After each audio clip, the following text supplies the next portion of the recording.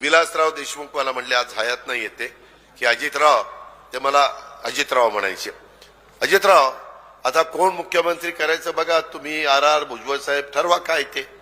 म्हणलं का नाही, म्हणले सोनियाजींनी सांगितलं की त्यांचं जास्त आमदार आहेत, त्यांचाच मुख्यमंत्री आता आपल्याला करावं लागेल. आमचे लोक तिथं चर्चा करायला गेले आणि म्हणले आम्हाला मुख्यमंत्री पद नकोय, 4 मंत्रीपद आणि 4 खाती जास्त द्या आणि तुमचंच तुम्ही मुख्यमंत्री व्हा. अरे जेव्हा जास्त जागा येऊन तुम्ही मुख्यमंत्री पद घेणार तर आता कसं घेणार?